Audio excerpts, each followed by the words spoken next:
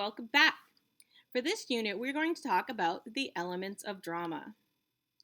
Just like many of you have taken art classes with me, drama has elements just like the elements of art.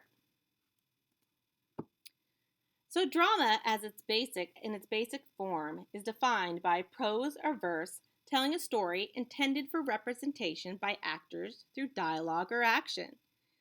Throughout this presentation, you'll see below here some pictures of some old performances here at PCHS.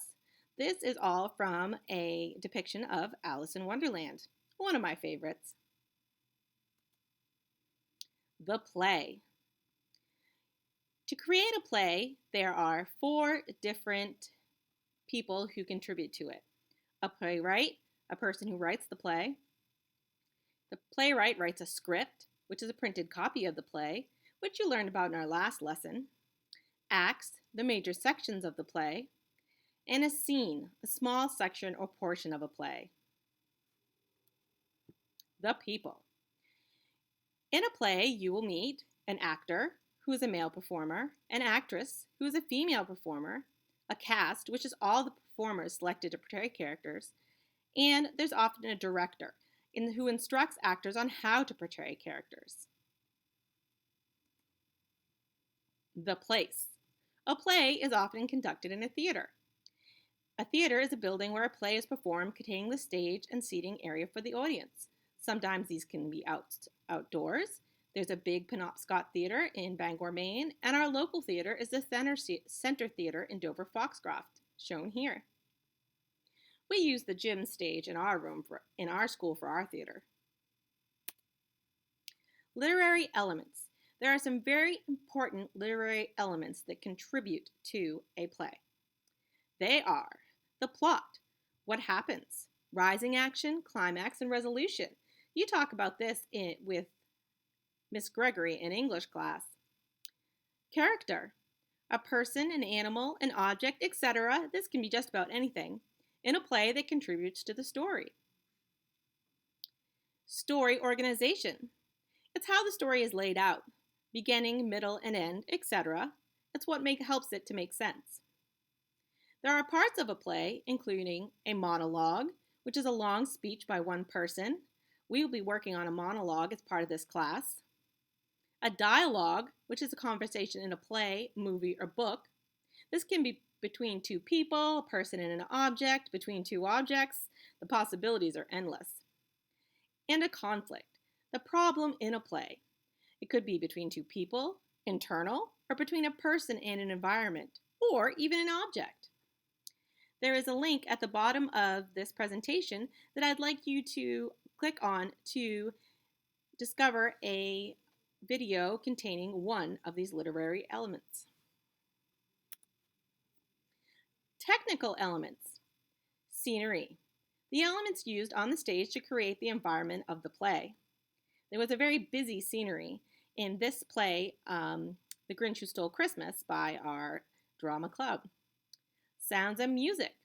This is the auditory elements that reflect what is happening or add to a play. Costumes. Clothing worn by an actor on stage to help represent the characters. This is one of my favorite things.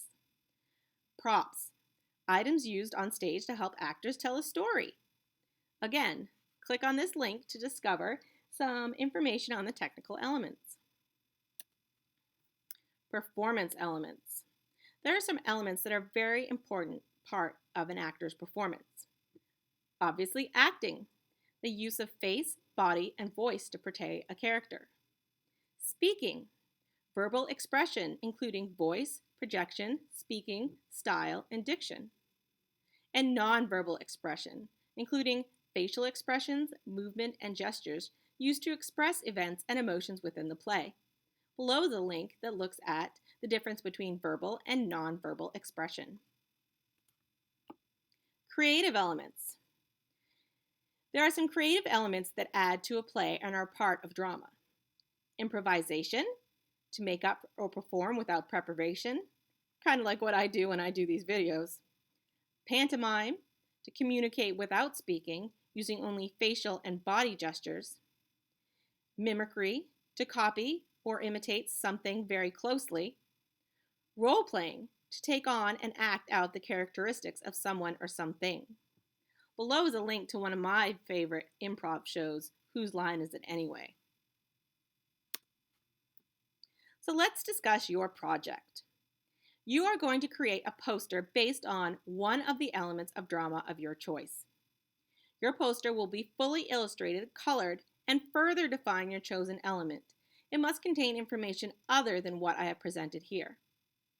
The elements that you can choose from are the play, the people, the place, literary elements, technical elements, performance elements, and creative dramatics. I've given an example of a poster here that shows many of the different elements of art, but is lovely, very lovely illustrations. I would really like you to illustrate your poster too.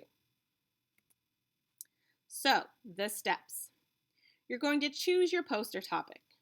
You're going to research your topic, taking notes to further define. You're going to make a rough draft of your layout on a piece of scrap paper. You're then going to send this to me to get approval. You're going to sketch out a draft on a large piece of paper. If you can't get one of these on your own, please just let me know and we will get this to you. Remember, draw it light until you get it right. You're then going to make it come alive with color. And just as a reminder, the elements you can choose from are the play, the people, the place, literary elements, technical elements, performance elements, and creative dramatics. Now don't forget to go back and watch the links from the presentation that I have posted for you. As always, if you have any questions, please feel free to reach out, and I can't wait to see the amazing posters that you make. Have a great day!